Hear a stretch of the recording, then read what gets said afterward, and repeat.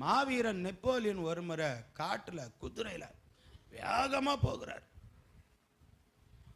இன்னும் வேகம் வேகம் வேகம் வேகம் போற வேகத்துல என்ன ஆயிடுச்சுன்னா ஒரு பெரிய பள்ளத்தாக்கு. திடீர்னு பார்க்கிறாரு, வேகத்தை நிறுத்தினா பள்ளத்துல போய் விழும்.